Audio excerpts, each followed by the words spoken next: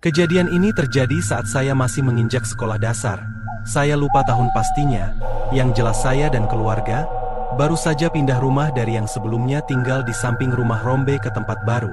Masih di desa yang sama, yaitu Omah Jejer Telu, rumah berjejer 3. Thread horor dari akun Twitter @simpleman berjudul Omah Jejer Telu.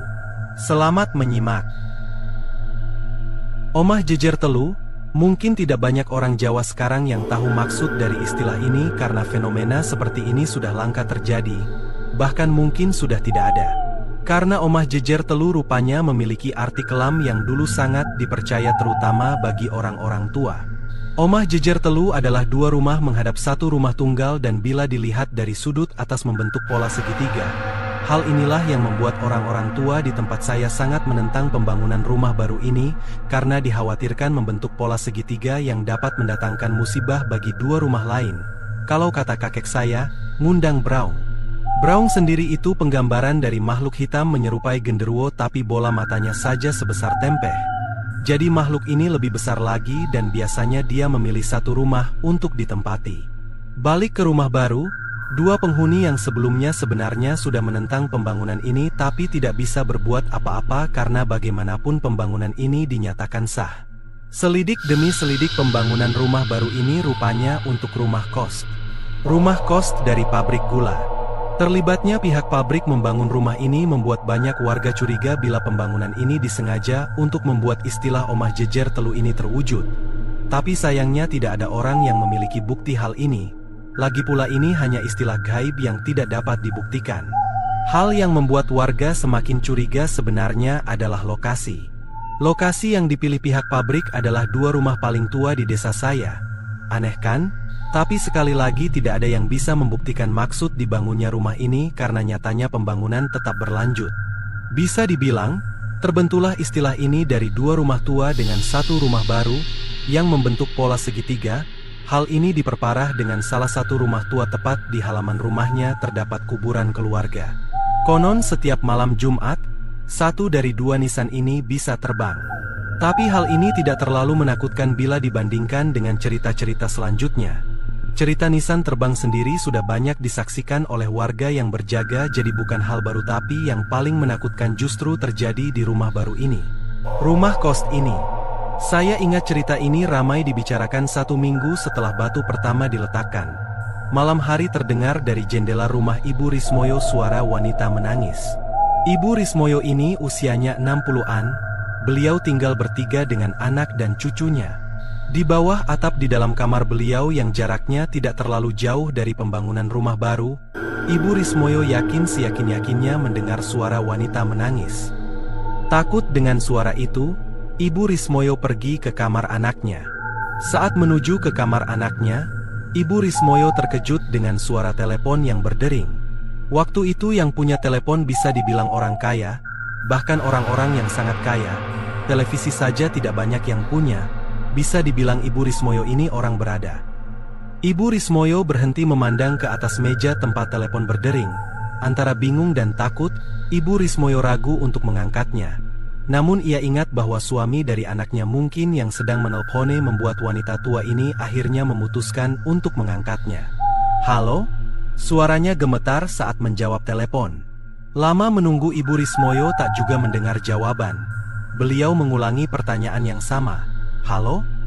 Tetap saja siapapun yang ada di balik telepon itu pasti sedang mengerjai dirinya, tapi saat Ibu Rismoyo mau menutup, suara tangisan dari wanita itu terdengar.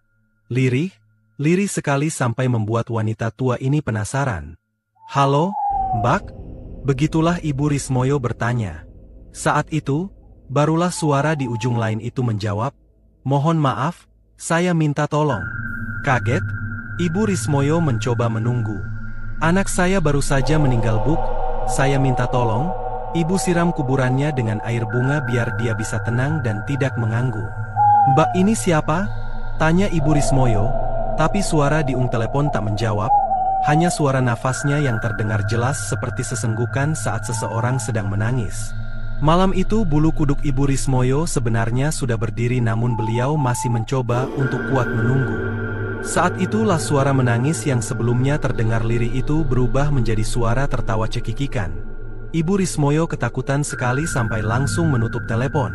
Tapi tak lama kemudian suara telepon kembali berdering. Ibu Rismoyo merasa ada yang mengawasi dirinya.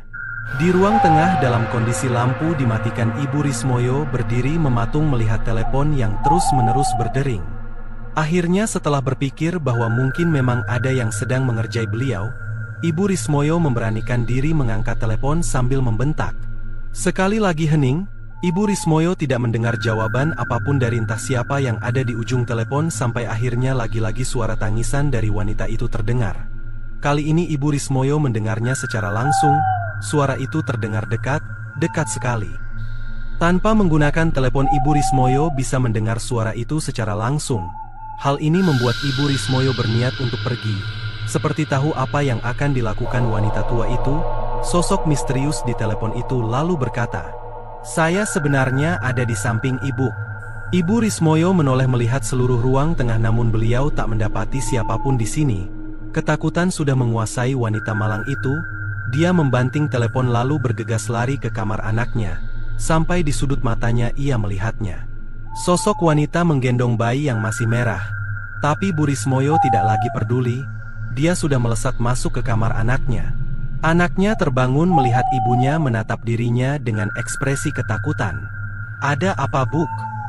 Ibu Rismoyo hanya menggelengkan kepala. Dia tak bisa bicara. Setelah kejadian malam itu, Ibu Rismoyo tak lagi bisa bicara. Selain itu dia juga sering menjerit bila ditinggal sendirian di rumah. Hal ini membuat menantunya yang tinggal di luar kota memutuskan untuk pulang, tapi semua ini baru saja dimulai. Pembangunan rumah baru ini awalnya direncanakan memiliki 2 lantai, hal yang membuat warga geleng kepala siapa orang yang ada di balik pembangunan rumah ini. Namun sayangnya saat pengecoran tiba-tiba pembangunan berhenti bertepatan dengan dikeluarkan surat pabrik gula bangkrut. Bisa dibilang setelahnya, rumah ini menjadi terbengkalai meski bangunan sudah selesai. Kos yang awalnya untuk para pekerja akhirnya tidak laku. Karena satu-satunya penunjang diadakannya kos ini adalah karena pabrik gula. Kalau pabrik gula bangkrut, siapa yang mau kos di sini? Selama berbulan-bulan rumah ini akhirnya dibiarkan kosong. Suatu malam, penghuni rumah di seberang melihat ada yang janggal dari rumah ini, di mana di dalam rumah kosong dia melihat sebuah cahaya. Satu hal yang membuat dirinya penasaran, siapa yang masuk ke dalam rumah ini. Berbekal sarung tersampir di badan dengan senter jumbo di tangan, Pak Ageng keluar dari rumahnya. Beliau berniat untuk memeriksa rumah kosong ini, takutnya bila ada maling bersembunyi. Ia menyeberang jalan lalu menggeser pagar yang menutupi rumah kosong lalu melangkah masuk. Pak Ageng memeriksa setiap sudut rumah tapi dia tak menemukan apapun yang bisa menjawab pertanyaannya tadi. Kesempatan ini digunakan Pak Ageng untuk melihat-lihat keseluruhan rumah. Beliau menemukan 4 kamar dengan dapur umum. Selain itu ada 1 kamar mandi. Sayang sekali, rumah sebesar ini dibiarkan kosong seperti ini. Saat itulah, dari jauh Pak Ageng mendengar suara wanita menangis. Suaranya terdengar jelas dari halaman belakang rumah yang waktu itu masih ditumbuhi pohon-pohon pisang. Kadang saat seseorang sudah penasaran, ia akan mengesampingkan rasa takut atas kebodohan yang akan dia lakukan. Hal inilah yang terjadi dengan Pak Ageng. Berbekal keberanian sebesar biji jagung, dia memutuskan untuk memeriksa bagian belakang rumah yang konon tidak pernah didatangi siapapun. Pintu kayu yang menutupi bagian belakang rumah dipindahkan oleh Pak Ageng, sementara suara itu terdengar semakin jelas membuat dirinya semakin yakin bila yang dia dengar ini nyata. Melangkah keluar, Pak Ageng tak mendapati apapun selain pemandangan pohon pisang. Saat itu Pak Ageng terus mencari di mana sumber suara tersebut karena ia merasa yakin masih mendengarnya. Saat itulah tanpa sengaja senter jumbo Pak Ageng menangkap sesuatu di jendela Ibu Rismoyo. Rupanya wanita tua itu sedang mengamati dirinya dari dalam kamarnya. Pak Ageng akhirnya memutuskan untuk mendekati jendela Ibu Rismoyo yang sedang melihat dirinya dari balik kaca hitam. Ada yang aneh dengan wanita tua ini. Pak Ageng belum pernah melihat beliau menggerai rambut panjangnya sembari menempelkan wajahnya dengan 2 tangan tepat di kaca. Tepat berdiri di hadapannya, Pak Ageng akhirnya mengetuk kaca jendela wanita tua itu yang sama sekali tidak bergerak. Buk, Ibu ini sedang lihat apa kok sampai kayak gini?" Ibu Rismoyo masih melihat Pak Ageng. Saat itulah, Ibu Rismoyo tersenyum menyeringai kepada Pak Ageng yang membuat lelaki parubaya itu merasa ada yang ganjil dengan wanita tua di hadapannya ini. Ibu Rismoyo seperti mengatakan sesuatu namun Pak Ageng tidak bisa mendengar dengan jelas maksud ucapannya. Ibu Rismoyo terus mengetuk-ngetuk kaca dengan telunjuknya. Butuh waktu lama untuk Pak Ageng tahu kalau Ibu Rismoyo sedang berusaha mengatakan, "Di belakangmu." Pak Ageng terdiam mematung, suara tangisan itu kini terdengar semakin jelas. Subuh, Pak Ageng ditemukan oleh Mbak Nani saat sedang menyapu halaman depan. Ia menemukan lelaki parubaya itu kejang-kejang. Ramai orang datang mencari tahu apa yang sebenarnya terjadi, tapi saat Pak Ageng ditanya dia hanya bisa menjawab dengan kosakata tidak lengkap alias gagap. Ia menyebut Anin, sambil menunjuk-nunjuk siapapun yang ada di depannya. Semua orang hanya saling melihat satu sama lain, tidak mengerti maksud Pak Ageng. Tapi ketika Ibu Rismoyo datang menjenguk, Pak Ageng menjerit-jerit menyuruh wanita itu keluar. Ingat! Mbak Nani merasa tersinggung ibunya diperlakukan seperti itu. Dia berkata bila Pak Ageng tidak tahu terima kasih. Hal ini membuat orang-orang yakin kalau ini adalah tanda-tanda omah jejer telu yang biasanya diawali dengan sesama tetangga saling bermusuhan. Kejadian ini terus berlanjut, banyak warga menemukan keganjilan yang semakin aneh. Salah satunya menemukan Ibu Rismoyo biasanya berdiri di depan pintu rumah kosong seorang diri seolah-olah melihat sesuatu. Saat diingatkan dia akan menoleh sambil nyengir, setan yang membuat merinding. Tidak hanya itu, di tengah malam beberapa orang pernah bersaksi bila melihat Pak Ageng sedang bermain-main di got depan rumah kosong seperti mencari sesuatu di sana. Setiap mau didekati Pak Ageng akan merangkak masuk ke dalam rumah, membuat orang yang melihatnya memutuskan pergi. 2 tahun setelah kosong akhirnya ada keluarga baru yang mengatakan berniat mengontrak rumah ini. Hal ini disampaikan kepada RT setempat. Meski sempat diingatkan kalau rumah ini tidak beres, keluarga baru ini bersikeras. Katanya dia tidak peduli dengan hal ini. Karena rumah ini sebelumnya selesai ala kadarnya, keluarga baru ini harus sedikit menguras isi dompet untuk memperbaiki di sana-sini. Ia berkata kalau merasa berjodoh dengan rumah ini dan berniat membelinya kalau dirasa cocok dalam waktu berjangka. Akhirnya, Pak RT menyerah. Rumah yang sebelumnya terbengkalai kini terlihat lebih baik. Keluarga baru ini terdiri dari seorang lelaki muda, sebut saja Pak Ridwan, bersama istri dan kedua anaknya. Anak sulung berusia 6 tahunan sedangkan si bungsu masih menyusui. Malam ini adalah malam pertama bagi mereka. Kebetulan kamar di sebelah utara menghadap ke rumah Bu Rismoyo sedangkan ruang tamu menghadap rumah Pak Ageng. Setiap malam anak bungsunya tidak pernah berhenti menangis. Hal ini membuat Pak Ageng dan istrinya tidak bisa tidur sementara anak sulungnya berlarian di ruang tengah.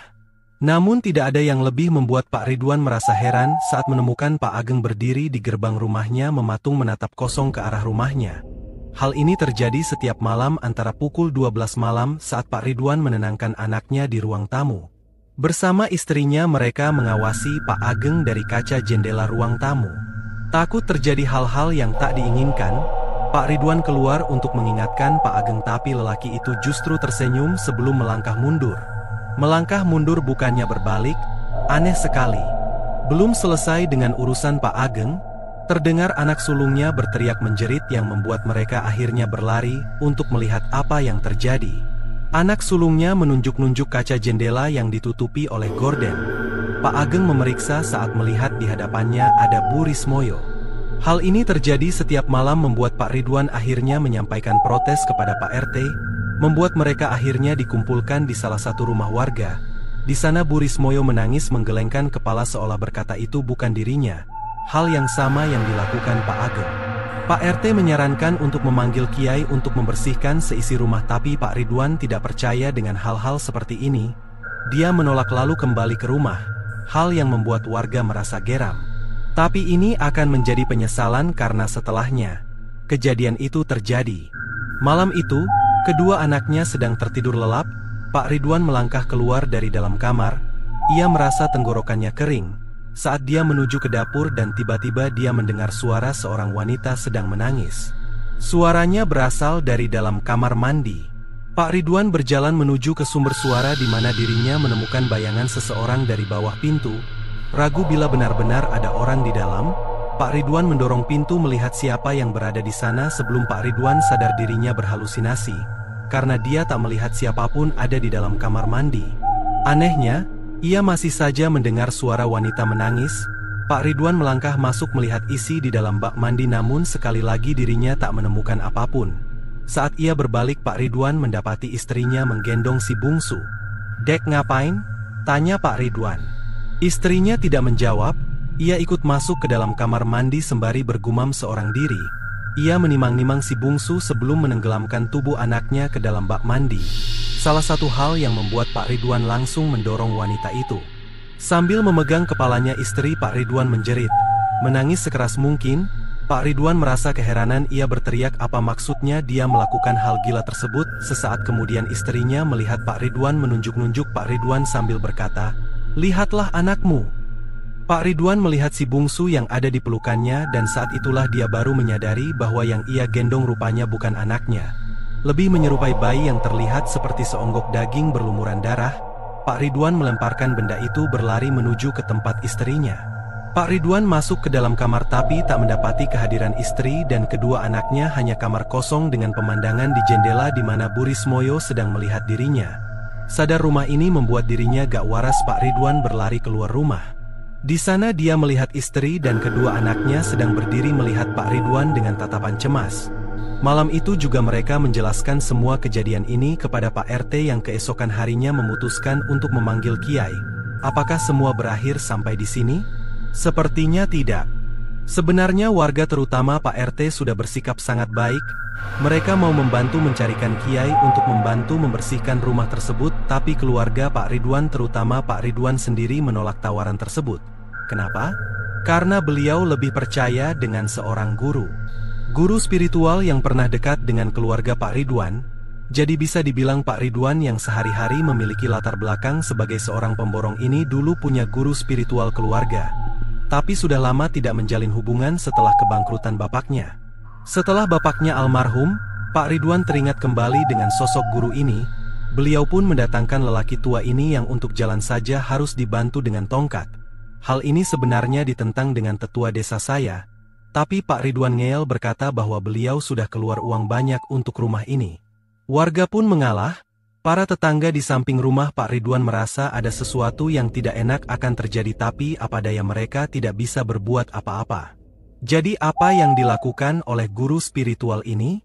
Ini adalah satu-satunya yang saya ingat tentang rumah ini, di mana ritual dilakukan di hadapan beberapa warga. Seperti tontonan saja, pertunjukannya sendiri dilakukan di belakang rumah Pak Ridwan. Malam itu bertepatan dengan Kamis Legi. Kalau tidak salah ingat, orang tua itu yang disebut guru seperti paranormal pada umumnya, duduk bersila di atas tanah sambil menggeleng-gelengkan kepalanya. Beberapa kali dia membuka mata melotot pada sudut-sudut tertentu. Beberapa kali dia juga tertawa sendirian. Malam yang awalnya tenang tapi mendadak seperti ada sesuatu yang benar-benar membuat siapapun yang di sana merasa gelisah. Saya yang masih anak-anak akhirnya disuruh pulang oleh orang-orang tua. Mereka bilang hal seperti ini tidak untuk dilihat. Tahu apa yang saya lihat sebelum pergi? Orang yang menyebut dirinya guru itu memukul-mukul telapak tangannya pada sebatok kelapa lalu merobek kulit keras buah tersebut dengan sekali cabik. Lalu menuangkan isi buah tersebut yang di dalamnya tak berisi air, tapi sesuatu yang hitam kental. Saya yang melihat merasa mual, karena benda itu diletakkan di atas tanah. Butuh 4-5 buah kelapa sampai membentuk gumpalan yang sampai hari ini saya tidak tahu itu apa. Setelahnya dia menari seperti peran dalam pertunjukan ludruk, sambil bergerak seperti tokoh wayang. Dia berbicara sendiri, marah-marah sendiri sambil menunjuk-nunjuk beberapa tempat. Saya yang masih penasaran sudah mencoba mencuri-curi lihat, tapi orang-orang tua waktu itu sampai harus memaksa kami untuk pulang. Jadi saya tidak tahu akhir pertunjukannya seperti apa. Yang saya tahu adalah hasil dari pertunjukan itu yang saya dengar dari mulut anak-anak yang lebih tua. Mereka melihat sampai pertunjukan berakhir di mana seluruh anggota keluarga Pak Ridwan diberi jimat khusus yang katanya diambil dari jantung pohon pisang. Untuk anak-anak Pak Ridwan diberi kalung berbentuk persegi 4 berwarna hitam yang disebut suuk. Sedangkan Pak Ridwan diberi kemuning, seperti keris hanya saja lebih kecil, ukurannya sebesar ibu jari. Lalu apa yang terjadi sebenarnya? Begini, rupanya di belakang rumah tepat di kiri pondasi ditemukan sebuah kuburan tua yang digali serampangan lalu ditutup oleh semen. Saat diperiksa oleh warga atas perintah dari orang yang menyebut dirinya guru, ditemukan sebuah kuburan bayi. Hal yang ganjil dari semua ini, adalah tidak ada yang tahu siapa pemilik bayi malang itu yang dipendam di samping pondasi rumah. Pak RT waktu itu sangat terkejut mendengarnya. Awalnya tidak ada yang percaya, tapi setelah dibuktikan rupanya benar ditemukan tulang dengan kain yang sudah tidak berbentuk. Yang menjadi masalah adalah, siapa pemilik dari jasad bayi malang tersebut? Guru itu menyebut bila ada sesuatu yang mengganggu dirinya tentang pentingnya identitas penemuan ini. Dia hanya berpesan untuk menguburkan jasad ini lebih layak sementara beliau mau mencari sendiri. Akhirnya kuburan itu dipindahkan ke kuburan umum desa. Tapi siapa sangka justru ini adalah awal semuanya. Awal dari sesuatu yang lebih berbahaya bersemayam di dalam rumah ini. Berhari-hari setelah pertunjukan si guru itu tidak ada yang terjadi. Anak-anak Pak Ridwan mengenakan suk mereka. Sementara kemuning yang didapat Pak Ridwan disimpan di dalam almari. Keluarga Pak Ridwan tak lagi diganggu oleh makhluk yang kadang menyerupai wujud tetangganya itu. Tapi semua ini hanya sementara saja. Karena pada malam itu Pak Ridwan baru pulang dari luar kota. Waktu itu belum ada yang punya handphone, hanya telepon rumah. Pak Ridwan menghubungi rumah dari wartel di samping jalan tol, ingin mengabarkan bahwa sebentar lagi ia pulang. Pak Ridwan menekan tombol telepon rumahnya. Tak beberapa lama seseorang di ujung mengangkat panggilannya. Itu adalah istri Pak Ridwan. Mereka saling berbicara satu sama lain, tapi ada yang aneh. Sayup-sayup Pak Ridwan mendengar suara lain. Suara seperti merintih menangis. Suaranya pelan sekali. Pak Ridwan bertanya, "Dek, Acung nangis." Acung adalah si bungsu. Mendengar hal ini istri Pak Ridwan awalnya diam saja. Ia berkata kalau si Acung sedang tidur. Pak Ridwan lalu diam sebelum bertanya kembali, "Beneran? Kok kayak ada yang nangis?" Selama perjalanan bus malam, Pak Ridwan tidak bisa duduk dengan tenang. Wajahnya terlihat resah. Entah kenapa setelah menghubungi istrinya justru malah membuat Pak Ridwan khawatir terjadi sesuatu dengan keluarganya. Hal ini ditangkap oleh seorang kernet bus yang melihatnya. "Ada apa, Pak? Kok sepertinya ada masalah?" Pak Ridwan hanya tersenyum, enggan menceritakan masalahnya. Tapi si kernet bus seperti tahu sesuatu. Dia terus melihat Pak Ridwan mencuri-curi pandang. Hal ini disadari oleh Pak Ridwan. Saat Pak Ridwan mengatakan di mana dia akan turun, si kernet lalu berujar, "Pak, nanti kalau pulang gak ada salahnya mencuci kaki terlebih dahulu dan jangan lupa untuk melihat bayangan." Pak Ridwan tidak mengerti maksud pemuda yang usianya mungkin setengah dari usianya. Ia hanya mengangguk saat bus mulai memelankan laju kecepatan sebelum Pak Ridwan melangkah turun. Bus kembali melanjutkan perjalanan. Kernet itu masih memandang Pak Ridwan. Jarak antara jalan raya dengan rumah tidak terlalu jauh. Pak Ridwan berjalan sendirian menuju ke rumah, tapi entah kenapa saat ia sedang berjalan seperti ada yang terus membuntuti dirinya. Hal ini membuat Pak Ridwan berkali-kali harus berhenti melihat ke belakang, tapi anehnya, tak ditemukan siapa-siapa. Setiap kali langkah Pak Ridwan terdengar lagi-lagi perasaan seakan-akan ada yang membuntuti dirinya terasa lagi semakin lama semakin intens. Pelan-pelan Pak Ridwan mulai merinding terutama saat suara-suara mulai terdengar di telinganya. Ia sampai di rumah dini hari. Setelah mengambil kunci dari kantung celananya, Pak Ridwan melangkah masuk. Hal pertama yang dia lakukan adalah menuju ke kamar tempat istri dan anaknya sedang tidur, tapi ada kejadian aneh karena sebelum Pak Ridwan masuk ke kamar istrinya, ia melihat si sulung mengintip dari pintu kamarnya. Saat Pak Ridwan melihat itu, si sulung langsung menutup pintu lagi. Hal ini membuat Pak Ridwan termenung sejenak. Ia merasa semakin janggal. Ada apa dengan anaknya? Kenapa dia belum tidur? Hal yang tidak biasa bagi si sulung. Pak Ridwan mengurungkan niat masuk ke kamar. Ia sekarang mendekati pintu si sulung di mana Pak Ridwan lalu mengetuk pintu kamarnya. Namun tak ada jawaban dari dalam kamar. Tetapi Pak Ridwan mendengar dengan jelas di balik pintu si sulung seperti bersandar di sana, tertawa cekikikan. Pak Ridwan mulai mengetuk pintu sembari memanggil nama anaknya. "Mbak, bukan Mbak, kok belum tidur?" teriak Pak Ridwan, tapi tak ada jawaban. Setelah mengetuk memanggil berkali-kali, akhirnya pintu kamar si sulung terbuka dengan sendirinya. Pak Ridwan melangkah masuk. Ia melihat anaknya sedang tidur dibalut selimut di atas ranjang. Pak Ridwan mendekatinya perlahan-lahan. Ia yakin bahwa apa yang baru saja dia dengar adalah suara anaknya, tapi melihat anaknya sudah tertidur lelap, lalu suara siapa yang tadi baru saja dia dengar. Pak Ridwan berdiri di samping si sulung lalu mengusap rambutnya. Tiba-tiba dari belakang Pak Ridwan merasa sekelebat bayangan melintas diikuti suara tawa familiar yang baru saja dia dengar. Pak Ridwan menoleh, ia meninggalkan si sulung melihat ke belakang namun tak ada siapapun. Pak Ridwan menutup pintu kamar, ia baru mengingat bila belum mencuci kakinya seperti pesan kernet bus yang ia temui. Saat Pak Ridwan bersiap menuju ke kamar mandi, tiba-tiba dari kamarnya istrinya bersama si bungsu melihat dirinya dengan sorot mata kosong. "Sudah pulang, Mas? Sini." Ada beberapa hal yang membuat Pak Ridwan masih diam memandang istri dan anaknya. Pertama, selama dia hidup bersama istrinya, ia tak pernah melihat perempuan itu menggerai rambutnya, biasanya ia menguncirnya. Kedua, cara dia menimang anaknya terlihat ganjil dengan posisi tangannya. "Lihat apa, Mas? Sini." Ia tersenyum, senyuman yang membuat Pak Ridwan tidak akan pernah bisa melupakannya. Ia juga mengenakan daster putih, salah satu pakaian yang jarang sekali dipakai oleh istrinya saat malam hari. Tapi Pak Ridwan tak memikirkan hal ini lebih jauh.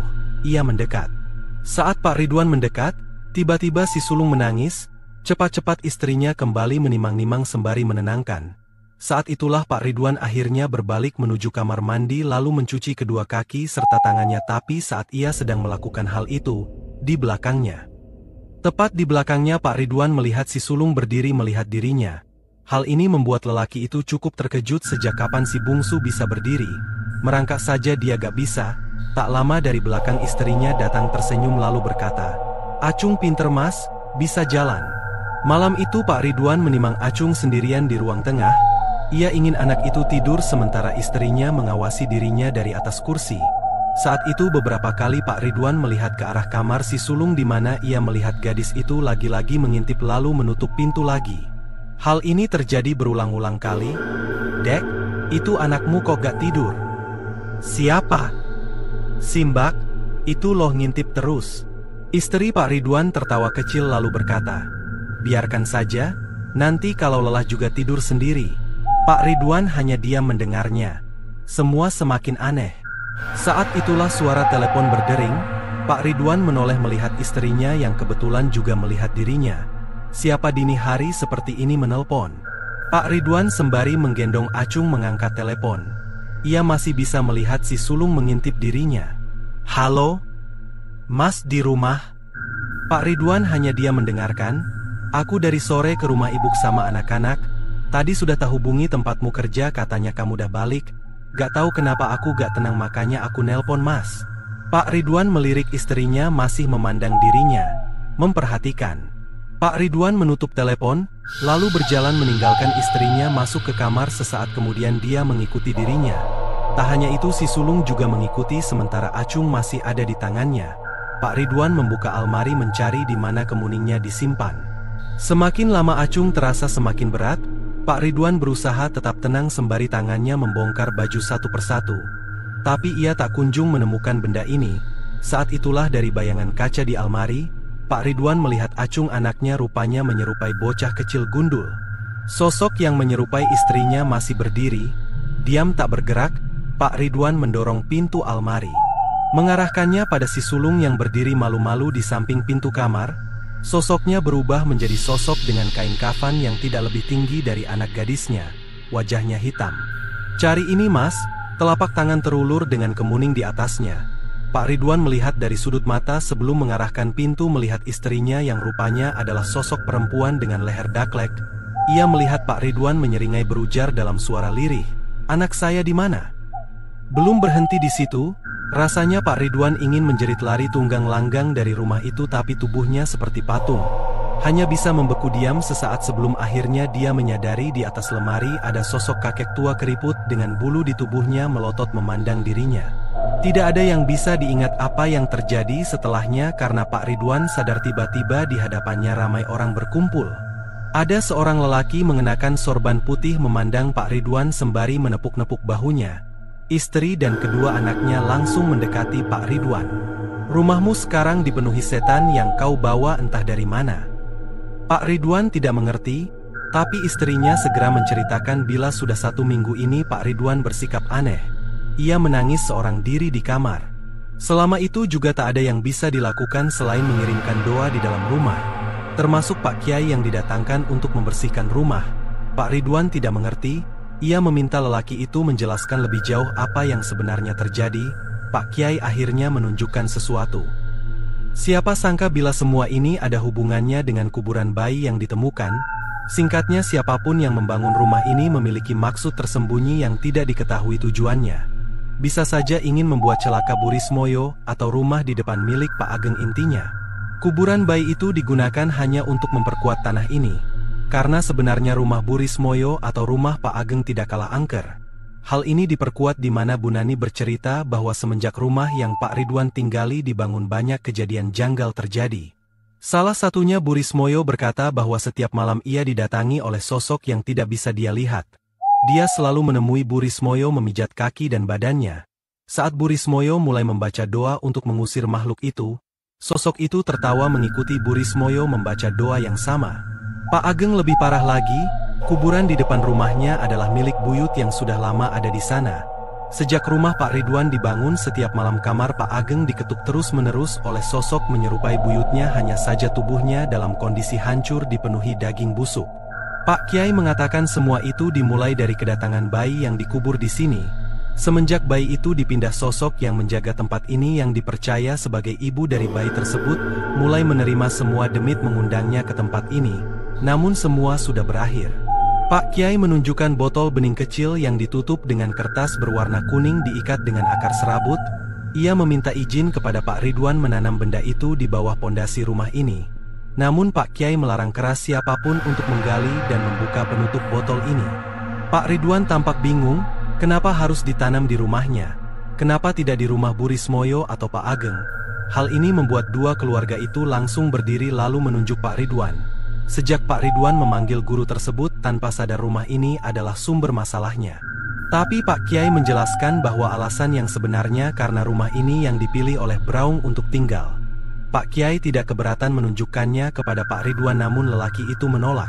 Selain itu, sebenarnya makhluk yang sekarang disimpan di dalam botol bisa saja dibuang ke alas Purwo atau alas-alas di timur, tapi percuma saja, mereka sudah kadung kerasan dengan tanah di Omah Jejer Telu sehingga tidak akan menyelesaikan masalah. Dengan menanam botol di rumah ini setidaknya tak akan ada lagi gangguan apapun selama Pak Ridwan tinggal. Asalkan rumah kembali bersih dengan diisi oleh doa-doa yang menenangkan, Pak Ridwan akhirnya setuju. Satu hal yang membuat keluarga Rismoyo dan Pak Ageng lega mendengarnya. Tapi 1 minggu kemudian Pak Ridwan bersama keluarga memutuskan pindah rumah. Hal yang cukup mengejutkan, tapi tidak ada yang bisa melarang keputusan keluarga Ridwan. Ia sudah mengikhlaskan semua uang untuk membangun rumah ini, meski hasil akhirnya ia tak jadi membeli rumah ini. Berikutnya, rumah ini akhirnya dialihfungsikan menjadi tempat kos murah bagi anak-anak yang bekerja di pabrik kertas yang baru didirikan. Di sini, babak kedua rumah ini dimulai. Bulan November, 2 tahun setelah penutupan pabrik gula diikuti dengan pembukaan pabrik kertas. Pabrik kertas ini tidak berada di wilayah pabrik gula, jadi mohon digarisbawahi. Berdirinya pabrik baru tentu diikuti penyerapan tenaga kerja. Hal ini dimanfaatkan oleh pengelola. Setelah direnovasi seadanya, bangunan ini menjadi bangunan yang cukup layak untuk ditinggali. Saat itu beberapa rumah juga sudah dibangun, membuat fenomena Omah Jejer Telu tidak lagi terlalu dikhawatirkan oleh orang-orang. Tapi, benarkah fenomena itu benar-benar lenyap?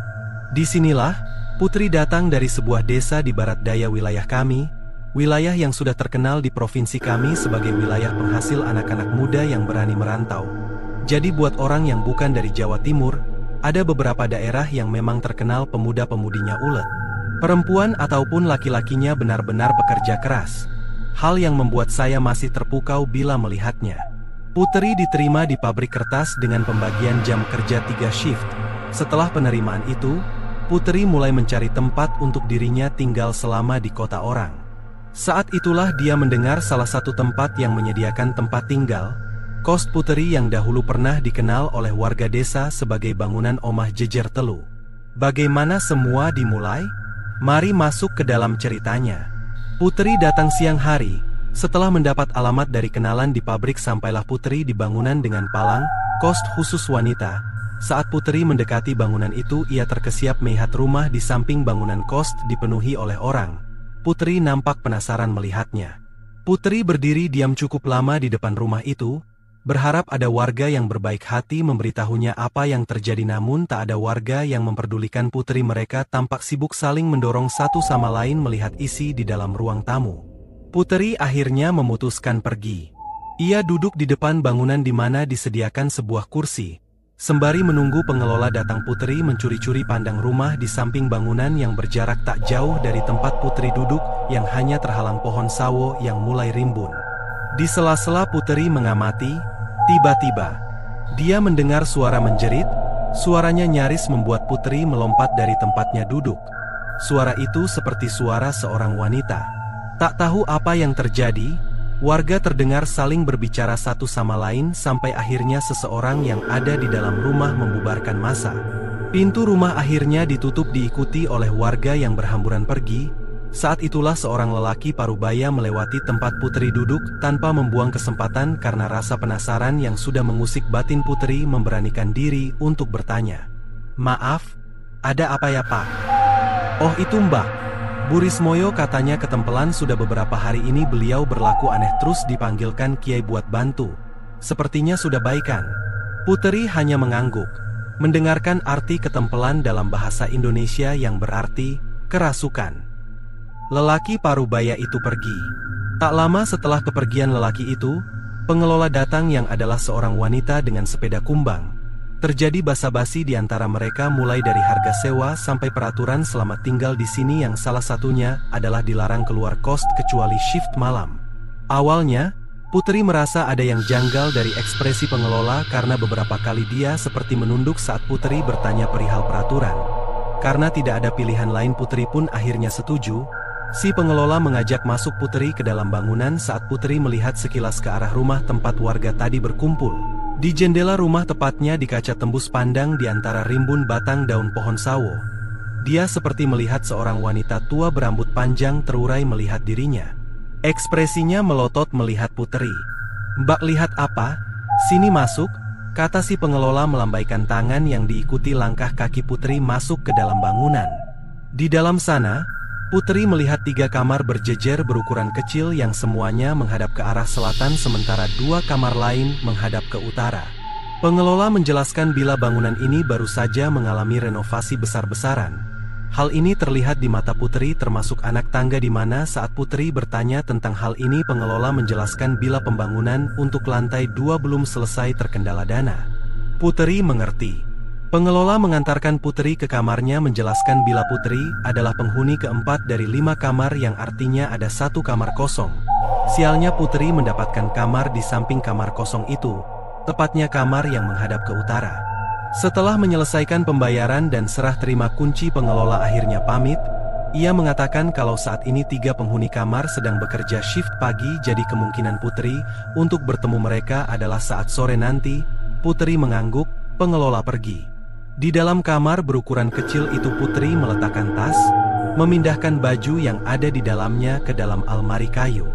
Kamarnya sendiri tampak sederhana dengan pintu dan jendela persegi panjang ke atas bertutupkan gorden untuk privasi masing-masing penghuni. Saat itulah Putri mendengar suara pintu terbuka yang berasal dari luar kamarnya. Putri mendekat ke jendela, mengintip dari balik gorden. Seorang wanita berambut panjang keluar dengan kaos berwarna hijau, di bahunya tersampir handuk. Ia berjalan dalam posisi menunduk. Denah lokasi bangunan ini sebenarnya sederhana.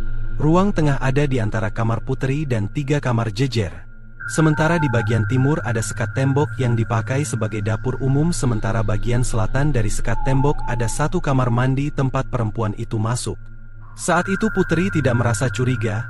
Ia berpikir mungkin saja pengelola lupa dengan jadwal penghuni kos, sehingga ada 1 di antara mereka yang tidak bekerja, seseorang yang baru saja keluar dari kamar yang ada di tengah. Meski Putri berpikir seperti itu, namun hal ini mengganggu dirinya. Putri melipat baju-baju miliknya sebelum berdiri untuk mengecek benarkah apa yang dia lihat ini, karena Putri merasa janggal dengan sikap perempuan yang dia lihat ini. Putri mendekati kamar mandi di mana mulai terdengar suara air berkecimpuk saat seseorang menyiram dengan gayung. Seperti tahu kehadiran Putri, suara air dari dalam kamar mandi tiba-tiba berhenti begitu saja, membuat Putri kebingungan cukup lama. Bagi Putri sendiri, sikapnya ini memang tidak pantas dilakukan, terlebih dirinya masih tergolong baru di tempat ini. Putri masih menunggu. Pintu tiba-tiba berderit terbuka di mana Putri melihat perempuan itu membuka sedikit dari dalam melihat wajah Putri. Akhirnya, mereka saling melihat satu sama lain. Belum terpikir bagi Putri untuk mencari alasan saat tiba-tiba perempuan itu seperti tahu apa yang Putri lakukan. "Mbaknya balik saja ke kamar ya." Putri mengangguk, seperti tubuhnya dipaksa untuk menurut. Ia kembali ke kamar meninggalkan perempuan itu di dalam kamar mandi. Ini adalah kali pertama Putri merasa bulu kuduknya berdiri saat melihat seseorang. Putri tahu ada yang janggal dari penghuni di tengah kamar itu. Putri mengunci pintu menyibak gorden lalu pergi tidur. Ia hanya berharap semua yang dia lakukan tidak akan membuat dirinya terlibat dalam hal-hal yang paling tidak dia inginkan saat dirinya jauh dari keluarga. Suara adzan maghrib berkumandang. Putri tersentak dari tidurnya. Ia merasa linglung sebentar saat dari luar terdengar suara perempuan sedang tertawa-tawa. Putri melangkah keluar untuk melihat. Di ruang tengah Putri mendapati dua perempuan sedang berbicara satu sama lain. Terjadi jedah di antara mereka. "Loh, ada yang ngisi kamar ini toh? Maaf ya mbak, kita gak tahu kalau di dalam kamar ada orangnya." Disitulah Putri akhirnya berkenalan dengan penghuni kos di sini, sebut saja mereka Dika sama Anggi. Meski baru sebentar, Putri langsung bisa akrab dengan mereka, mungkin karena mereka berasal dari daerah yang sama, begitu juga kesamaan nasib mereka sebagai perantau. Saat itulah keheningan tiba-tiba terasa saat dari tengah kamar Putri melihat perempuan itu melangkah keluar. Putri hanya diam memandang perempuan itu yang melihat Putri dengan sorot mata menyelidik. "Lin, sini. Ini ada Mbak Putri, dia dari kota kah? Samping kotamu." Perempuan itu mendekat lalu bergabung. Saat itulah Putri mengatakannya. "Saya sudah bertemu kok tadi siang." Mendengar hal itu wajah Anggi dan Dika saling melihat satu sama lain dengan ekspresi bingung. "Bertemu gimana?" Perempuan itu hanya melihat Putri menunggu dia menjawab. "Ya bertemu mbak, tadi di sini." Hening. Tiga perempuan itu melihat Putri dengan sorot mata semakin bingung. Putri mencoba menjelaskan namun Anggi berkata kalau Elin satu shift jadi tidak ada yang di dalam rumah, begitu juga Dika. Putri awalnya berkeyakinan keras kalau dia tidak salah lihat. Anehnya perempuan bernama Elin ini tidak memojokkan Putri, sebaliknya dia kemudian mengajak pergi. "Mbaknya lihat saya keluar dari kamar itu." "Iya mbak, sumpah. Terus mbak Elin pergi mandi loh. Malah sempet buka pintu." Perempuan bernama Elin itu mengangguk. Dia lalu mengatakan sesuatu yang membuat Putri terkejut. "Saya percaya dengan perkataan mbak kok. Tapi, sepertinya itu bukan saya." Putri terlihat bingung. "Maksudnya bagaimana?" "Gak apa-apa mbak, gak usah dipikirin. Pokoknya itu bukan saya, cuma menyerupai saja kan." Elin mengakhiri kalimat. Ia kembali ke dua temannya lalu menjelaskan kalau Putri memang salah lihat. Hal ini membuat Putri semakin merasa aneh. Hari mulai larut, satu persatu perempuan itu mulai berpamitan pergi, termasuk Elin yang terakhir. Sebelum ia masuk ke kamar, Elin lalu berkata kepada Putri, "Saya mau tidur dulu ya, Mbak." Putri mengangguk. Ia bersiap pergi juga. Tapi aneh, Elin melihat Putri dengan ekspresi mengiba. "Mbak Putri, kalau saya tidur biasanya saya lelap sekali. Suara apapun gak bisa ngebangunin kecuali waktu subuh ya." Meski terdengar aneh cara bicara perempuan ini, Putri hanya mengangguk-angguk saja. Putri pun masuk ke kamar. Putri sudah mematikan lampu di kamarnya. Ia bergegas naik ke atas dipan. Jam di atas meja menjadi satu-satunya suara yang Putri dengar. Matanya mulai mengantuk perlahan-lahan saat lagi-lagi akibat pintu kayu dengan engsel berkarat membuat suara ketika pintu terbuka terdengar keras. Awalnya Putri hanya terbangun sesaat, lalu ia kembali mencoba tidur, namun suara pintu terbuka kembali terdengar seperti sengaja diperdengarkan. Putri membuka mata. Kali ini ia mau melihat. Dengan langkah kaki perlahan Putri membuka gorden. Saat di kaca jendela, ia melihat Elin. Putri hanya mengamati perempuan itu yang dari tadi membuka tutup pintu. Tidak ada yang dia lakukan kecuali hal itu. Hal ini terus-menerus dilakukan oleh Elin, seakan-akan dia sengaja melakukan hal ini. Sampai akhirnya dia melihat ke tempat Putri yang sedang mengintip. Putri tersentak. Ia segera menyibak tirai lalu menunduk bersembunyi di bawah jendela. Putri cukup terkejut melihat ini, seperti perempuan itu tahu bila dirinya sedang diamati. Anehnya setelah itu Putri tak lagi mendengar suara pintu. Hening, perlahan-lahan Putri kembali mencoba mengintip. Putri melihat Elin yang masih berdiri di muka pintu kamarnya, melihat lurus ke arah jendela tempat Putri mengamati. Dengan wajah kosong Elin tersenyum lalu seolah-olah memberikan gestur menutup mulut. Elin melangkah mundur, masuk ke dalam kamar miliknya lalu pintu tertutup. Hal ganjil ini terus terjadi. Bahkan saat Elin shift malam bersama yang lain terkadang Putri mendengar suara-suara aneh di dalam kamar Elin. Menyerupai suara tertawa namun nadanya ringkih. Sialnya dari semua penghuni di sini, Putri harus menanggungnya seorang diri. Perlahan-lahan karena mulai terbiasa Putri tak lagi merasa takut ditambah Elin terkadang memberikan pesan meski tidak secara langsung seperti mencuci kaki sebelum tidur sampai berdoa setelah naik di atas dipan. Sampai hari itu terjadi saat pulang shift malam Putri melihat seorang wanita tua berdiri di depan pagar pintu kos miliknya. Putri seperti pernah melihat wajah wanita tua itu. Ia benar-benar terasa familiar. "Nak, kalau kamu masih diganggu oleh hodamnya anak itu, mau tidak aku tunjukkan caranya agar kamu tidak diganggu lagi?" kata si wanita tua. Namun Putri tak menggubris ia melewati wanita tua itu. Putri membasuh kakinya kemudian berjalan ke kamar saat dirinya berpapasan dengan Anggi. Wajahnya terlihat kebingungan terutama saat melihat Putri. "Ada apa Anggi?" Anggi yang mungkin sudah tidak sanggup menahan lalu berkata kepada Putri, "Aku boleh nginep di kamarmu tidak?" Malam itu Anggi menginap di kamar Putri. Ada hal yang menarik perhatian Putri adalah tangan Anggi yang tentrum. Putri yang tidak bisa menahan diri lalu bertanya, "Ada apa sebenarnya?" Anggi melihat Putri dengan sorot ketakutan. Ia lalu duduk menunjuk kamar Elin. "Aku takut sama Elin." "Kenapa tuh Elin?" tanya Putri. "Kemarin aku bertengkar sama dia. Biasalah kerja terus ada masalah. Terus anak itu kayak kesal sama aku gak diajak bicara sama sekali. Terus pas itu aku lagi tidur tiba-tiba anak itu gedor-gedor pintu. Waktu itu kamu shift malam. Terus si Dika gak pulang. Cuma aku sama Elin, takut asli aku. Sampai sekarang aku gak bisa lupa suaranya." "Suara apa?" "Ya suara Elin." Putri tidak mengerti. Ia menunggu Anggi menceritakannya lebih jelas.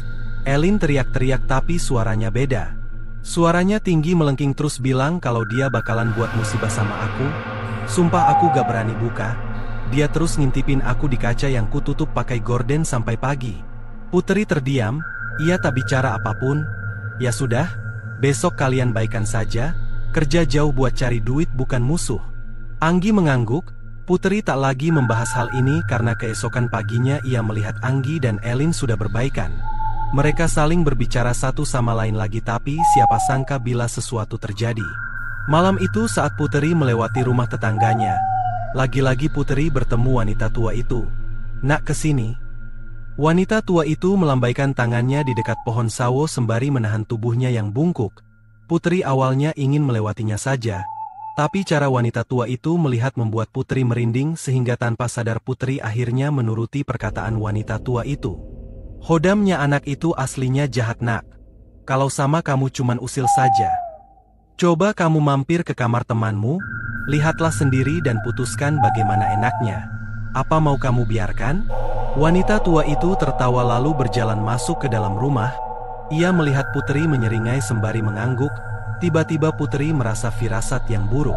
Putri sudah berdiri di pintu kamarnya berniat masuk setelah mencuci kaki saat dia melihat kamar Anggi di mana lampu kamarnya masih menyala. Putri pun mendekati kamar Anggi, tapi tiba-tiba dari kamar Elin gorden jendelanya terbuka di mana wajah Elin muncul melotot melihat Putri. Begitu pintu kamar Anggi dibuka, Putri melihat temannya meringkuk di sudut dipan. Putri mendekati bertanya apa yang terjadi tapi Anggi lalu mendorong-dorong tubuh Putri saat dia menyentuhnya. Anggi terus berkata, "Ampun Lin, ampun!" teriak Anggi terus-menerus. Saat itu Putri baru menyadari ada yang tidak beres. Saat itu juga Putri menggedor pintu kamar Elin. Perempuan itu melangkah keluar dengan ekspresi bingung. Putri menarik tangan Elin membawanya masuk ke dalam kamar Anggi. Saat itu Putri menceritakan apa yang terjadi. Elin bersumpah dirinya tidak pernah menggedor pintu Anggi. Ia memang terlibat masalah berdua tapi Elin mengaku dirinya tidak merasa dendam sedikitpun. Putri akhirnya mengatakan bahwa dirinya tahu bila dia memiliki sesuatu dari pendahulunya. Saat itulah Elin mengaku, "Memang ada, tapi dia gak sampai mencelakai. Aku sendiri bersumpah apa pernah dia sampai bikin kamu sakit?" Putri lalu menggeleng. Aku kalau bisa buang pasti ku buang tapi gak bisa. Bapakku sendiri yang bilang gak usah dibuang karena ini bawaan lahir. Malam itu Putri dan Elin akhirnya tinggal di kamar Anggi, menjaganya sampai Putri ingat dengan pesan tetangga, wanita tua itu bisa membantu dirinya. Keesokan pagi Putri bertamu di rumah wanita tua itu. Seorang wanita parubaya yang membukakan pintu, ia melihat Putri menyelidik. Siapa? Putri memperkenalkan diri serta niatnya bertamu ke rumah ini. Awalnya wanita itu merasa curiga karena tiba-tiba ada orang yang ingin bertemu ibunya yang sedang terbaring sakit, namun karena niatnya baik, sehingga wanita yang memperkenalkan dirinya dengan nama Mbak Nanik itu akhirnya mau mengantar Putri bertemu dengan Ibu Rismoyo, satu-satunya wanita tua yang ada di dalam rumah ini. Putri kaget bukan main melihat wanita tua itu terbaring di atas dipan dengan tubuh kurus kering. Putri tak memperhatikan tubuhnya karena waktu itu ditutupi oleh kain sewek. Saat melihat Putri, wanita itu tiba-tiba bereaksi, "Kesini nah." Mbak Nanik lalu melangkah pergi menuju ke dapur. Saat hanya berdua dengan Putri di dalam kamar, tiba-tiba Bu Rismoyo meminta Putri menutup pintu lalu menguncinya. Meski ini terdengar aneh namun Putri melakukannya. Setelah mengunci pintu, Putri berbalik tapi tiba-tiba ia dikejutkan dengan Ibu Rismoyo yang sudah berdiri mencengkram wajah Putri. "Diamlah." Putri tiba-tiba merasa takut. Ia begitu terkejut wanita tua ini melakukan hal ini. Ibu Rismoyo lalu menutup jendela kamar. "Jangan sampai hodamnya anak itu dengar nah," kata Bu Rismoyo berbisik. "Kamu kesini mau minta tolong kan?" Putri mengangguk. "Begini caranya. Malam Jumat di pinggir jeding kamarmu ada keramik nomor 1. Bongkarlah, di dalamnya ada botol berisi kertas. Ambillah kertasnya lalu bukalah. Bacalah yang keras. Kamu tidak bakalan diganggu lagi oleh hodam itu. Rumah itu bakalan aman tentram." Bu Rismoyo menyeringai. Sebelum kembali ke atas dipan, tiba-tiba Mbak Nanik mengetuk pintu membuat Putri terlonjak terkejut dibuatnya. Putri pun segera membuka pintu. Mbak Nanik terlihat murka untuk apa Putri mengunci pintu ditambah jendela juga sehingga kamar ini kekurangan cahaya.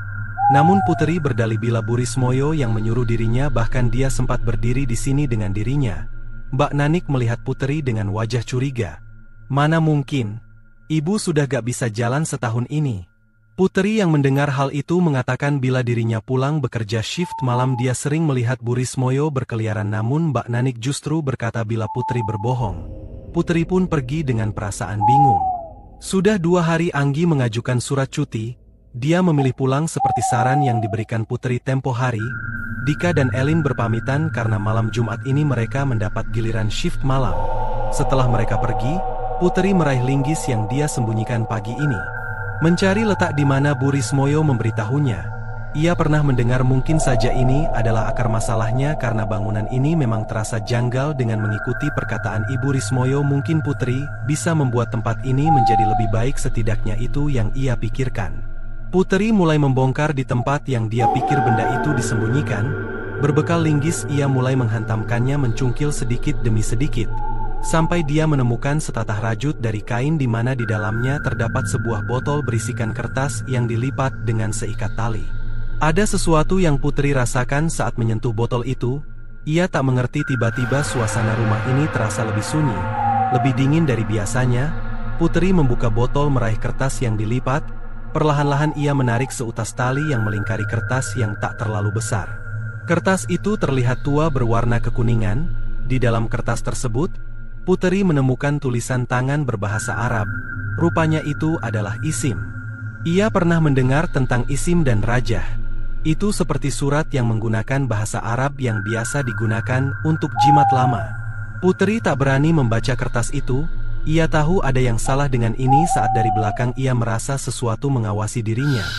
Putri melihat ruang tengah yang kosong, seakan-akan dirinya mendengar langkah kaki namun tak ada siapapun sebelum sesuatu melintas dengan cepat, lenyap. Dari dalam kamar Putri terdengar rintihan suara wanita yang sedang menangis. Begitu pilu hingga tanpa sadar Putri melangkah perlahan-lahan mendekati kamarnya. Ia tahu ada sesuatu di dalam sana. Siapa? Bukankah dia sendirian di dalam rumah ini? Putri membuka pintu, namun ia tak menemukan siapapun. Apakah dirinya salah mendengar? Namun dari kamar tempat Elin tidur tiba-tiba suara pintu berderi terbuka terdengar, membuat Putri melihat sesuatu yang ada di dalamnya. Sesuatu berdiri di dalam kegelapan kamar melihat dirinya.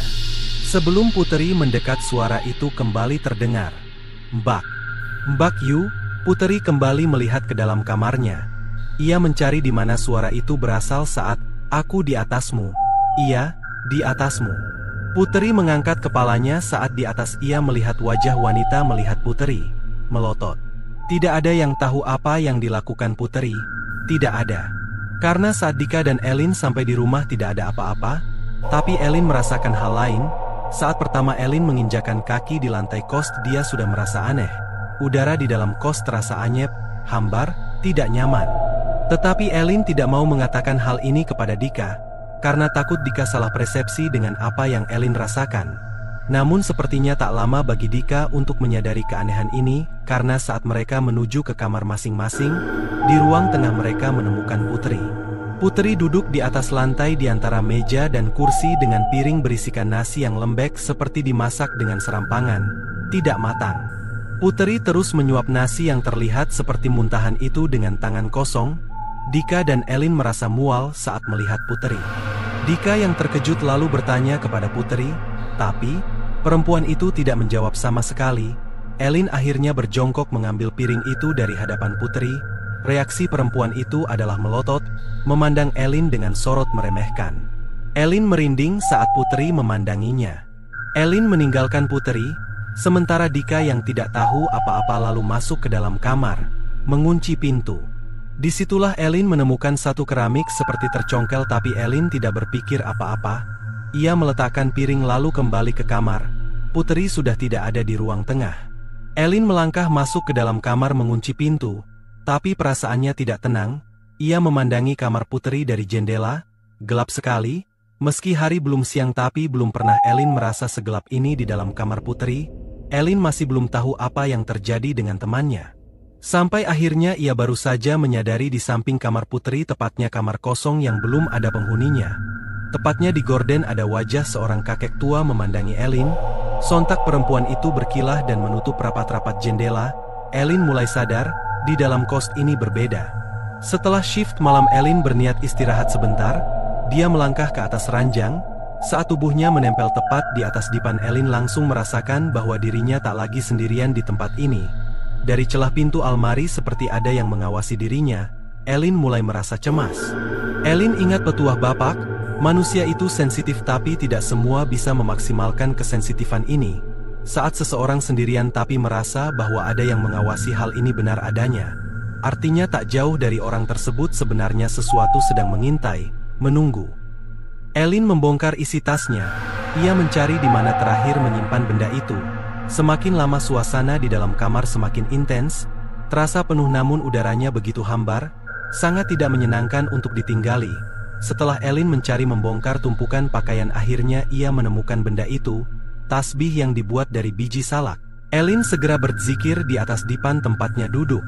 Membaca ayat menenangkan dirinya, setidaknya itu yang Elin harapkan, namun belum berhasil Elin menenangkan diri. Pintu yang sudah dikunci tiba-tiba terbuka dengan sendiri. Elin berhenti sebentar namun jari jemarinya masih memutar tasbih biji salak. Saat itulah tidak ada angin. Pintu yang terbuka menutup lagi namun menimbulkan suara berdebam yang sangat keras. Hal ini disusul dengan jeritan suara dari kamar Puteri. Elin hanya bisa tercengang mendengarnya. Elin pergi keluar. Di sana dia melihat Dika yang sudah berganti pakaian. Mereka saling berpandangan satu sama lain sebelum yakin menuju ke kamar Puteri bersama-sama. Dika berjalan di belakang Elin yang perlahan-lahan mendorong pintu. Di sana mereka melihat Puteri yang sedang tidur. Mereka yakin mendengar suara Puteri menjerit, namun nyatanya perempuan ini sedang tertidur lelap. Aneh, karena tidak ada orang lain yang ada di dalam sini kecuali mereka bertiga. Saat itulah Puteri membuka mata lalu duduk di atas dipan. Puteri menunduk dengan rambut berantakan. Elin akhirnya yakin setelah sebelumnya dirinya hanya merasa curiga.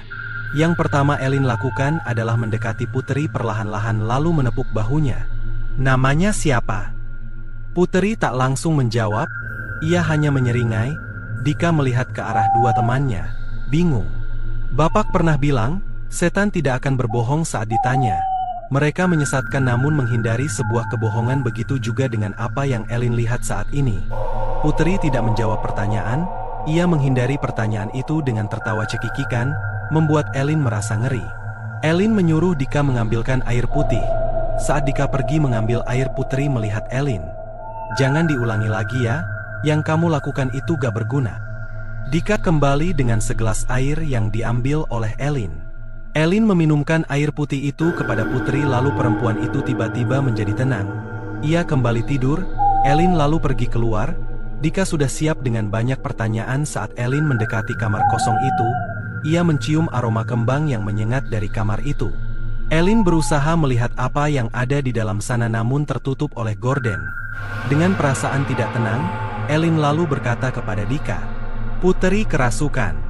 Elin menjelaskan di belakang Putri ada perempuan rambutnya panjang menjilati rambutnya. Dika hanya menggeleng tak percaya. Ada batasan saat manusia tanpa sengaja melihat makhluk seperti itu adalah saat dua-duanya sedang sial. Tapi berbeda bila mereka sengaja menunjukkan wujudnya, apalagi bila bukan mengancam. Hal ini yang ditakutkan Elin sehingga dia memutuskan keluar siang-siang buta itu. Elin berkata kepada Dika agar dia menjaga Putri sebentar, dia akan kembali dengan pengelola. Menceritakan semua, Dika awalnya bingung sampai dia menyadari dia sendirian di rumah ini dengan Putri yang bersikap aneh. Namun Dika mencoba untuk tenang sebelum pintu kamarnya terbuka. Dika menuju ke kamarnya karena sekilas ia melihat seorang anak kecil seperti melintas, diikuti suara ranjang berdencit seperti diinjak-injak oleh seseorang. Namun tubuhnya mendadak merasa lebih dingin dari sebelumnya saat melihat Putri. Saat Dika melewati pintu kamar, ia tak menemukan apapun, hanya kamar kosong. Merasa tenang, Dika berniat kembali ke tempat Putri, namun sebelum dia menutup pintu kamar, matanya menangkap sepotong tangan bersembunyi di atas almari yang kemudian lenyap begitu saja. Dika yang merasa bahwa Elin benar lalu berlari menuju pintu keluar. Saat ia melihat Elin sudah datang dengan wanita pengelola, Elin mengajak wanita itu masuk cepat-cepat. Dika mengikuti dari belakang. Pintu kamar tempat Putri berada dibuka. Mereka melihat Putri menatap mereka semua. "Ada apa?" tanya Putri kepada mereka. Pengelola itu mendekat, menyentuh kening Putri. "Gak apa-apa, kerasukan apa? Jangan aneh-aneh," kata si pengelola kepada Elin. Putri berniat turun dari ranjang, namun tubuhnya hampir saja kehilangan keseimbangan. Pengelola mengatakan kepada Elin bila Putri hanya sakit biasa, gak ada hubungannya dengan apa yang Elin katakan. Meski tidak yakin Elin tidak dapat berbuat apa-apa, Dika pun memilih hanya diam, menemani Putri di kamar. Siang ini harusnya Putri bekerja, namun sepertinya ia izin. Langit mulai gelap, suara adzan maghrib baru saja berkumandang. Dika dan Elin duduk di ruang tengah. Entah keberapa kali mereka melihat kamar Putri. Lampu di dalam kamarnya tak kunjung menyala sejak siang tadi. Setelah minum obat membuat dua perempuan ini was-was. Setelah menunggu, akhirnya Elin tidak sabar. Ia berdiri menuju ke kamar Putri, mengetuk pintunya. Dari dalam terdengar suara Putri menyuruh Elin masuk. Dika hanya mengawasi dari jauh. Saat itu lagi-lagi Dika mendengar suara kecipuk saat kaki menyentuh keramik, diikuti suara anak. Namun setiap kali melihat ke sana kemari, Dika tak melihat siapapun, hanya suara-suara yang sangat pelan, seperti suara anak-anak sedang bermain. Menunggu Elin kembali padahal Dika sudah ingin pergi mandi membuat perempuan ini akhirnya acuh. Ia berjalan menuju kamar mandi seorang diri. Dika sudah menutup pintu kamar mandi. Suara air yang keluar dari pancuran adalah satu-satunya suara yang Dika dengar. Kamar mandinya kecil dengan satu bak plastik besar. Di atas tembok ada balok untuk ventilasi di mana Dika bisa melihat daun pohon pisang. Malam ini angin berhembus masuk. Gayung berisi air perlahan membasuh kepala Dika hingga badan. Airnya segar namun beraroma anyir. Namun Dika tak menemukan keanehan apapun selain air bening yang keluar dari pancuran. Dika menggosok tubuhnya dengan sabun saat suara orang menangis tiba-tiba terdengar di telinganya. Suaranya pelan, nyaris tak terdengar, arahnya dari balik tembok. Namun Dika meyakinkan diri di belakang hanya ada kebun pisang milik tetangga, mana mungkin ada orang menangis. Namun Dika menjadi ingat sesuatu bila mendengar suara pelan yang tak ada wujudnya. Bisa saja itu. Dika tak memperdulikan.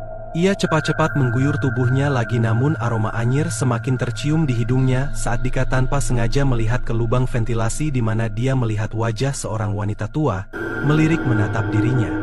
Dika berteriak. Berbekal handuk untuk menutupi tubuhnya, Dika berlari keluar.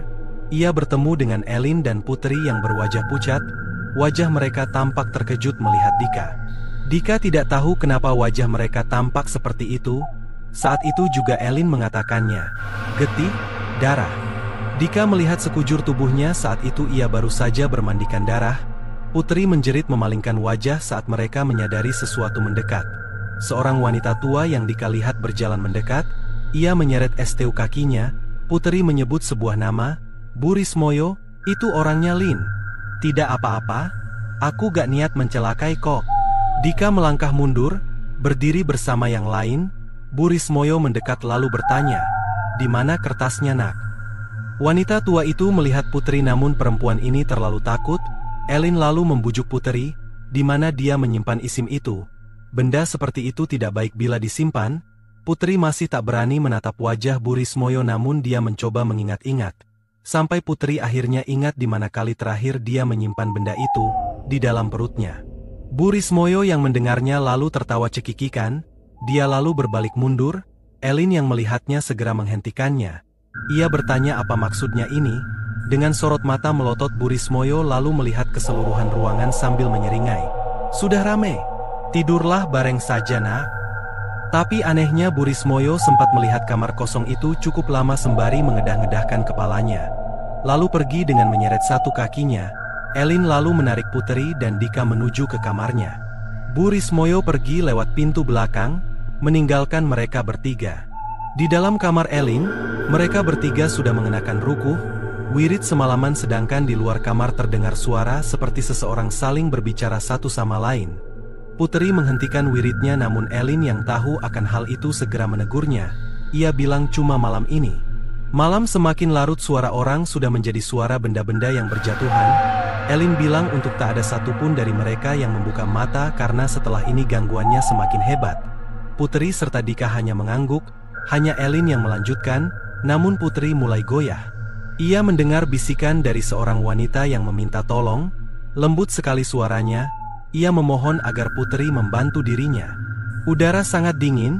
Elin saja belum pernah semerinding ini. Putri semakin lama mulai penasaran. Suara siapa yang berbisik di telinganya. Orang Jawa mengenal dengan nama Jalayatan yang berarti singgah. Hal ini yang Elin lakukan. Mereka bertiga singgah untuk pamit. Elin membawa Putri dan Dika untuk masuk ke dunia mereka sebelum pergi lalu menutup semuanya.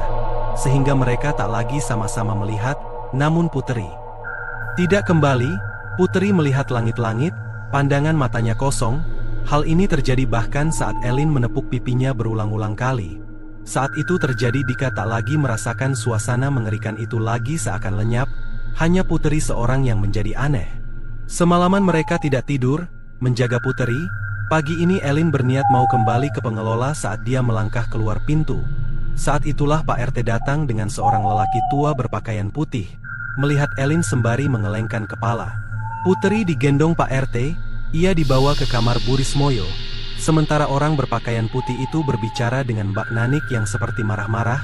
Elin melihat Bu Rismoyo melihat anak-anak perempuan itu dengan ekspresi datar berbeda sekali dengan saat malam itu. Setelah terjadi dialog, orang itu pergi masuk ke kamar Bu Rismoyo bersama Putri yang hanya bisa bengong saja. Elin dan yang lain menunggu di luar. Sesuatu sedang dilakukan. Cukup lama hampir seharian saat lelaki itu keluar untuk memarahi Elin. Gak semua orang bisa kayak begitu. Bila jadi kamu lebih baik pergi ke kos teman cuma semalam saja. Daripada nekat kayak begitu, untung temanmu gak sampai hilang. Elin tahu, apa yang dilakukannya beresiko namun saat itu kepalanya sudah buntu. Ia terpaksa melakukannya. Lelaki itu menunjukkan isim rajah yang entah bagaimana bisa keluar dari perut Putri. Rupanya lelaki itu dulu memang sengaja memendam di dalam rumah hanya untuk memancing padur dari anak si ibu yang bersemayam di tubuh Bu Rismoyo. Sekarang tak ada lagi yang perlu dikhawatirkan. Ibu dan anak sudah diikat. Rumah itu masih ada penghuninya namun tak seusil apa yang dipegang lelaki itu. Lelaki itu juga mengatakan bahwa mereka sudah bisa kembali menempati rumah itu. Hanya saja ada satu kamar yang tak boleh dibuka, kamar kosong itu. Elin bertanya perihal isi di dalam kamar kosong itu. Si lelaki tak keberatan menjawab, itu adalah rumah beraung saat tempat ini masih menjadi omah jejer telu. Tidak bisa diusir, tidak mengganggu asal tidak diganggu. Lelaki itu akan menjelaskan hal ini sama pengelola. Lelaki itu juga menjelaskan kepada Putri setelah dia siuman. Namun seperti yang Dika katakan, Ada tempat kos lain yang lebih dekat dengan pabrik kertas sehingga mereka bertiga akhirnya sepakat tetap pindah. Hal ini diceritakan dari mulut ke mulut. Menjadi semacam cerita di desa saya. Namun sebelum mengakhiri cerita ini, saya akan beritahukan rumah itu masih ditinggali dan masih menjadi tempat kos yang ramai walaupun sempat sepi. Karena sepeninggalnya 3 perempuan itu, 1 perempuan kembali, namanya Anggi. Anggi menjadi satu-satunya perempuan yang tidak tahu akan hal ini.